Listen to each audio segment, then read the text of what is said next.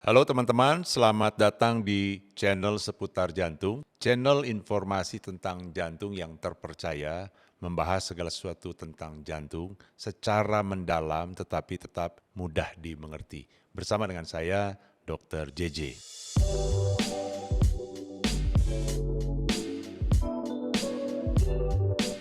Di video ini adalah soal trigliserid ya. Ini lemak yang sering terlupakan, tidak diperhatikan. Nah, ini adalah seri video seperti sudah saya sampaikan dalam video-video sebelumnya. Saya sedang membahas tentang lipid dalam seri video beberapa minggu ini. Dan ini sudah minggu keempat, di mana saya membahas tentang angka-angka yang selalu kita lihat kalau kita periksa profil lipid. Minggu pertama sudah saya bahas tentang kolesterol total. Kemudian LDL. LDL juga masih soal kolesterol. Kemudian minggu kemarin saya juga bahas tentang HDL, kolesterol baik ya, masih kolesterol. Nah, sekarang kita bahas soal trigliserid ya. Banyak yang suka nanya itu kolesterol sama trigliserid itu apa sebetulnya bedanya? Siapa yang lebih jahat? Siapa yang mesti diobatin, yang mesti fokus? Nah, itu yang kita akan bahas secara tuntas di video ini ya. Kita mulai dengan istilah trigliserid ya. Dalam bahasa sehari-hari sebetulnya ini sama dengan lemak. Nah, teman-teman, biasanya kita kalau ngomong kolesterol itu sama dengan lemak, itu salah itu. Kolesterol itu tidak sama dengan lemak. Yang adalah lemak adalah trigliserid ya. Kolesterol itu bagian dari lipid ya. Nah, trigliserid ini yang lemak. Kalau padat kita bilang lemak. Kalau cair kita bilang minyak. Sama ini ya, si trigliserid. Nah, lipid itu sebetulnya lipid nanti terbagi ada beberapa, tapi kalau untuk masalah kolesterol dan trigliserid, lipid itu di sini ada namanya sterol. Nah, sterol itulah yang adalah kolesterol ya. Yang di sini adalah fat atau lemak atau minyak atau oil. Nah, ini di sini trigliserid. Jadi ini beda ya. Nah, dua-duanya itu dibawa di dalam tubuh, di dalam aliran darah oleh namanya lipoprotein. Ini sudah kita bahas berkali-kali dalam video-video sebelumnya, di mana si kolesterol dan trigliserid ini karena dia merupakan senyawa yang berminyak, dia tidak bisa larut di dalam aliran darah. Jadi kalau di dalam darah mesti diangkut oleh kendaraan khusus yang kita sebut namanya lipoprotein. Lipoprotein itu adalah gabungan dari lipid dan protein membentuk satu kesatuan jadi satu kendaraan. Saya selalu gambarkan sebagai truk. Sebetulnya yang dibawa itu kolesterol dan trigliserid. Cuma beda porsi. Yang sudah kita pelajari di minggu-minggu sebelumnya ada namanya kemarin, teman-teman masih ingat itu ada LDL. LDL ini kapasitas porsi utamanya adalah kolesterol. Makanya dia dianggap sebagai perwakilan. Kalau kita mau menghitung kolesterol yang jahat, itu LDL-nya yang dihitung. Walaupun sebetulnya bukan cuma LDL yang bawa kolesterol. Dan sebetulnya LDL juga bawa sebagian trigliserid juga, ya sedikit. Nah, juga kita sudah pelajari kemarin HDL. Ini dalam arah yang sebaliknya, dia membawa kolesterol kembali ke liver. Bawa kolesterol juga dalam jumlah yang lebih sedikit daripada LDL, tapi dengan arah yang berbeda. Kalau LDL bawa kolesterolnya ke jaringan untuk dibangun menjadi struktur bangunan membran sel dan kebutuhan sel yang lainnya. Kalau HDL membawa kelebihan kolesterol yang tumpah-tumpah yang saya ceritakan kemarin di video sebelumnya, dibawa ke liver untuk didaur ulang dan untuk dibuang lewat empedu. Apakah ada trigliserid? Ada juga sedikit di sini, ya. Kalau kita ngomong trigliserid, jadi kalau kita periksa profil lipid itu ada kolesterol total, ada LDL, ada HDL, dan yang mau kita bahas sekarang adalah ada trigliserid. Nah, trigliserid ini yang mana yang dihitung di dalam pemeriksaan lipoprotein ini? Nah, yang terutama trigliserid yang dihitung adalah VLDL. VLDL ini kandungan utamanya lebih banyak trigliseridnya. Kolesterolnya cuma sedikit ya. Jadi VLDL inilah yang dihitung di si trigliserid ya. Nah, jadi VLDL ini adalah pembawa trigliserid utama yang diperiksa di dalam aliran darah ya. Kadar trigliserid darah itu melambangkan jumlah VLDL ya. Biasanya VLDL itu kalau kadar trigliseridnya kurang dari 400 mg per desiliter, berarti kadar VLDL-nya itu kurang lebih 1/5-nya adalah VLDL-nya ya. Nah, sekarang kita balik lagi dengan masalah lipoprotein. Lipoprotein tubuh itu, lipoprotein di dalam darah itu sudah kita bahas sebelumnya. Yang paling besar tapi paling kecil densitasnya adalah VLDL, kemudian diikuti dengan IDL, lalu LDL, baru HDL ya. Tetapi ini rata-rata dibuat di liver. VLDL dibuatnya di hati, kemudian di dalam aliran darah dia berubah menjadi IDL, lalu berubah menjadi LDL. Sementara kalau HDL karena dia jalannya ke arah sebaliknya, dia juga dibuat di hati dan di usus. Tapi yang belum pernah kita bahas sebelum-sebelumnya adalah ada lipoprotein yang dibuat di usus, yaitu namanya kilomikron ya. Nah, kilomikron ini adalah ketika kita makan dan makanannya itu kandungannya lemak dan kolesterol, maka di dalam usus nanti lemak itu tadi trigliserid ya. Trigliseridnya ini akan dipecah menjadi asam lemak bebas dan namanya monogliserol, lalu di usus digabungkan kembali lalu dibungkus oleh si kilomikron ini. Nah, kilomikron ini ukurannya lebih besar bahkan daripada si VLDL karena kandungan trigliseridnya sangat banyak. Jadi trigliserid yang berasal dari makanan itu yang kita sebut sebagai trigliserid yang endogen, yang eksogen, yang dari luar, itu dibawanya oleh kilomikron. Nanti dibawanya kemana? Dibawanya dari usus, nanti dibawa masuk juga ke aliran darah. Jadi kilomikron itu seperti tangki atau truk yang bawa bensin di sini ya. Bawa bensin, dibawa ke jaringan. Nah, jaringan ini ada jaringan otot, ada jaringan lemak. Nah, bensin itu sebagai bahan bakar ya. Kita bisa analogikan seperti tangki-tangki ini nanti dibawa ke SPBU yaitu otot dan lemak, lalu disimpan di situ bensinnya.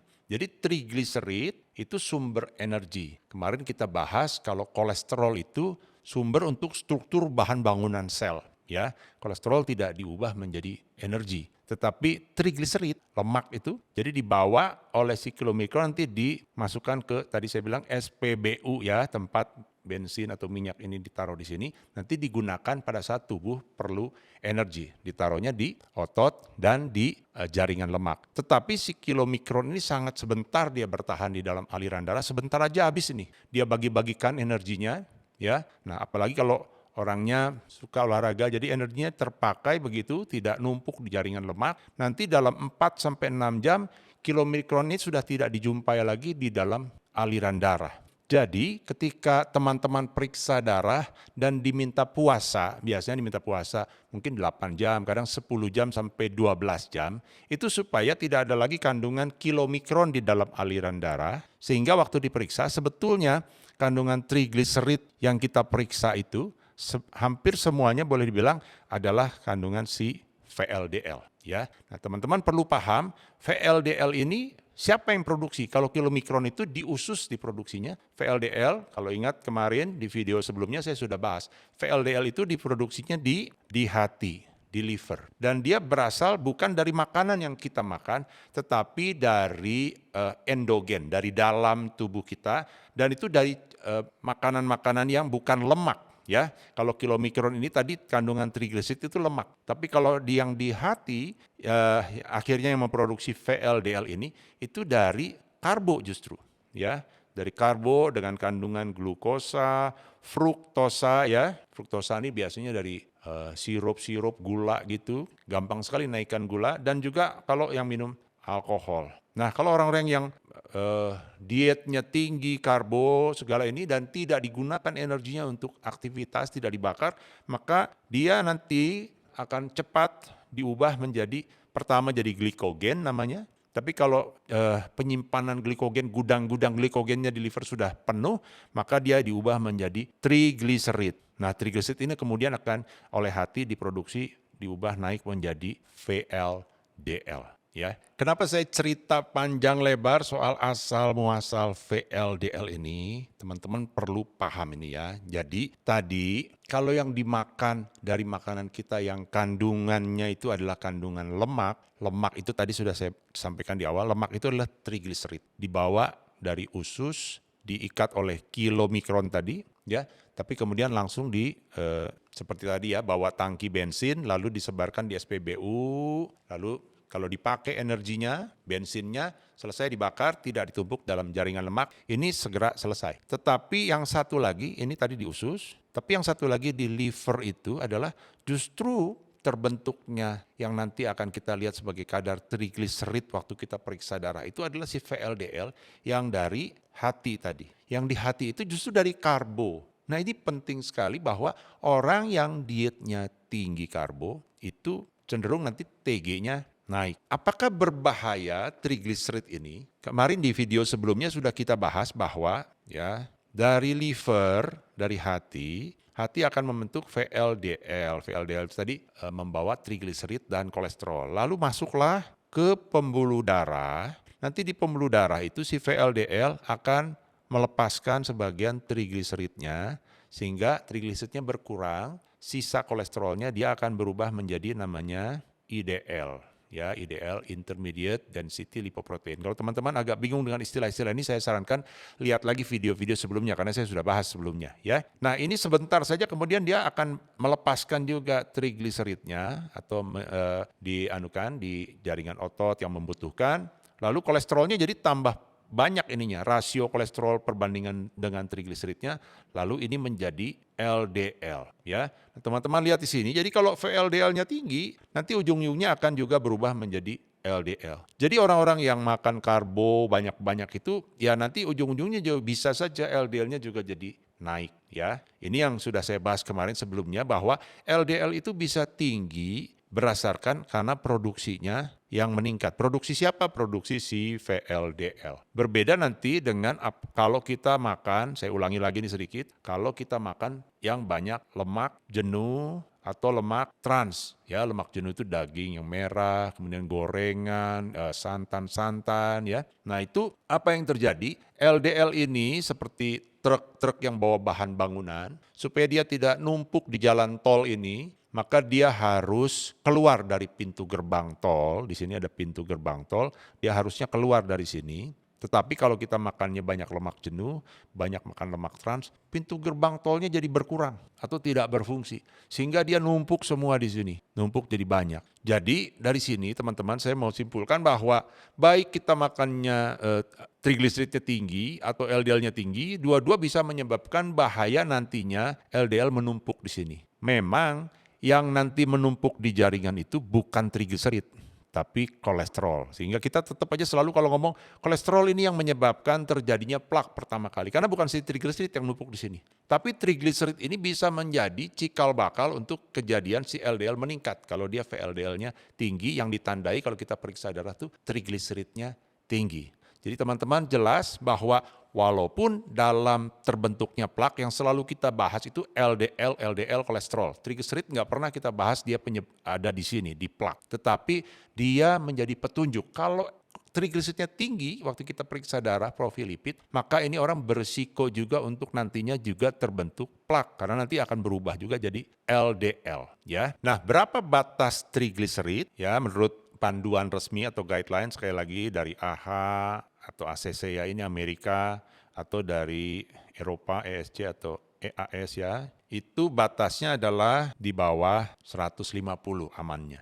Ya, kalau udah 150 sampai 200 ini udah borderline. Ya, di atas 200 sampai 500, nah ini udah tinggi. Kalau di atas 500 ini sangat tinggi, apalagi kalau sampai di atas 1000 ya. Nah, yang mana yang kita perlu obati? Teman-teman ingat kalau LDL tinggi itu sudah hampir pasti itu menjadi target terapi, harus dikasih obat untuk diturunkan. Nah, bagaimana dengan trigliserid? Setinggi apa kita harus kasih obat? Ini batasnya menurut panduannya adalah yang di atas 500. Itu harus langsung dikasih obat, ya. Obatnya namanya golongan fibrat, ya, golongan fibrat. Nah, tetapi yang untuk di atas 500 ini dikasih obat bukan karena resiko sakit jantung, tetapi resikonya adalah resiko khawatir nanti terjadi infeksi atau peradangan dari pankreas atau namanya pankreatitis. Kenapa bisa infeksi ke pankreas kalau trigliseridnya terlalu tinggi? kembali tadi kalau teman-teman tadi masih ingat, saya bahas bahwa si trigliseridnya dibawanya oleh kilomikron tadi. Di usus, trigliserid dibawa oleh kilomikron. Nah, kilomikron itu bentuk ukuran dari molekulnya itu lebih besar daripada si VLDL. Jadi kalau kita bahas kemarin lipoprotein itu ukurannya HDL paling kecil, kilomikron yang paling besar. Nah, kalau banyak sekali kadar trigliseridnya berarti kilomikronnya banyak itu. Nanti ngalir di aliran darah yang mengalir ke pankreas, itu bisa nyangkut-nyangkut kira-kira begitu ya, nyangkut-nyangkut di situ dan menyebabkan peradangan. Sehingga pankreasnya mengalami peradangan dan itu juga bisa menyebabkan bahaya yang mengancam nyawa kalau terlambat ditangani. Itu sebabnya ketika kadar trigliseridnya lewat dari 500, apalagi kalau sudah sampai 1000, maka itu mutlak harus segera diobati. Nah, bagaimana dengan kadar-kadar yang di bawah itu ya, di bawah 500 misalnya antara 200 sampai 499. Nah, ini tergantung dari kondisi pasien. Kita menilai pasiennya apakah dia masih ada resiko untuk jantung setelah kadar LDL-nya kita turunkan ya. Nah, siapa saja ini yang biasanya trigliseridnya sampai setinggi-tinggi begini? Pada umumnya adalah yang berurusan dengan karbo tinggi tadi. Jadi, diabetes, resistensi insulin, ya, obesitas, ya, pokoknya yang sindrom namanya sindrom metabolik, ya. Dan pada umumnya juga nanti kadar HDL-nya juga rendah. Nah, ini kalau ada kondisi-kondisi ini, maka pasien-pasien ini cenderung nanti VLDL-nya, trigliseridnya tinggi, dan pada akhirnya juga resiko terbentuknya plak juga meningkat seperti yang sudah kita jelaskan tadi. Nah, kembali soal obat tadi, jadi perlu diobati atau tidak? Nah, kalau angkanya segini dan diperlukan obat, sekarang disarankan bisa pakai obat yang namanya omega 3, tapi yang murni, yang EPA ya, yang 4 gram isinya. Itu bisa diberikan untuk membantu menurunkan kadar trigliseridnya. Ya, tetapi kalau dari panduannya yang primer, yang utama yang harus diobati adalah pertama adalah LDL. Kalau LDL-nya sudah tercapai targetnya dan ini masih tinggi, masih kita lihat ada resiko untuk ke jantungnya, kita bisa tambahkan omega 3 atau EPA ini yang 4 gram. Ya. Nah, yang terakhir waktu kita lihat angka-angka dari profil lipid itu kolesterol total berkenaan dengan trigliserid ini ya, LDL, HDL, dan trigliserid, kita bisa memperkirakan seseorang ini punya resiko ke arah resistensi insulin atau tidak, dan ke arah resiko kardiovaskuler yang tinggi atau tidak, itu bisa dengan melihat rasio dari trigliserid berbanding HDL. Jadi kadar trigliserid dibagi HDL. Ya, batasnya itu harusnya di bawah 2 yang paling bagus ya. Dan kalau di atas 3,5 itu berbahaya. Misalnya trigliseridnya 180, HDL-nya cuma 30. Ya, ini bisa sering pasien seperti gini. HDL-nya rendah, trigliserid tinggi. Nanti saya akan bikin satu video tersendiri bahas soal ini, kombinasi trigliserid tinggi dan HDL rendah. Jadi kalau ini trigliseridnya 180, HDL-nya 30, maka rasionya itu jadi 6. Jauh di atas 3,5. Ini pasien-pasien seperti ini biasanya adalah karena ada resistensi insulin. Dan biasanya nanti kalau kita periksa, nanti saya akan bahas juga dalam video yang next video ya, itu LDL-nya ada LDL yang ukurannya kecil dan padat, yang kita sebut sebagai small, dense, LDL. Nah, 3 ini, small, dense, LDL, ya, yang kedua HDL yang rendah, dan yang ketiga adalah trigliserid yang tinggi. Ini satu kesatuan yang kita sebut sebagai dislipidemia yang bersifat aterogenik, ya. Dislipidemia artinya ada kelainan lipid, ada kelainan lemak yang sifatnya jahat ini, aterogenik, yang sifatnya memudahkan menyebabkan terbentuknya plak pembuluh darah. Ya, ini perlu perhatian angka-angka ini. Jadi sekali lagi kalau lihat angka ini sepertinya kadang-kadang LDL-nya normal, tapi ternyata ada kondisi ini yang tidak tertangkap dengan pemeriksaan kadar LDL doang. Ya, jadi kapan kita harus curiga jangan-jangan ada kondisi kelainan lipid yang bersifat jahat aterogenik ini adalah kalau kita lihat trigliseridnya tinggi, lalu kita lihat lagi HDL-nya ternyata rendah. Apalagi kalau kita bandingkan rasionya ternyata tadi rasionya trigliserid banding HDL-nya lebih dari 3,5. Maka kita curiga jangan-jangan dia punya kandungan ini small dense LDL, dan kalau ini tiga-tiganya ada ini berbahaya. Orang-orang seperti ini kecurigaan atau risiko terjadinya plak di pembuluh darah sangat besar ya. Nah, saya rasa saya sudah mengcover semua yang kita perlu bahas soal trigliserid ya, dari pengertian trigliserid, kemudian juga sumber trigliserid, ada yang dari luar eksogen, ada yang dari dalam pembentukan di liver ya. Dan kenapa orang-orang yang trigliserid tinggi itu pada umumnya disarankannya justru dietnya diet karbo. Sudah paham sekarang bahwa itu memang karbo yang diubah kemudian akhirnya menjadi trigliserid di liver ya. Dan kemudian juga apakah perlu obat atau tidak tadi sudah kita bahas, dan juga bahayanya dia walaupun tidak langsung menyebabkan terbentuknya plak, tetapi trigliserid tinggi ini menjadi faktor penunjang ke arah nantinya LDL-nya bisa meningkat dan akhirnya menyebabkan pembentukan plak ya. Baik teman-teman sekalian, saya harap bisa memahami apa yang kita sudah bahas ini. Nanti kita akan bahas isu-isu selanjutnya masalah lipid di video-video berikutnya. Teman-teman yang menyukai konten-konten edukasi seperti ini boleh di-subscribe Seputar Jantung dan juga di-share ke teman-teman yang lainnya. Kita berjumpa lagi di video selanjutnya. Salam jantung sehat.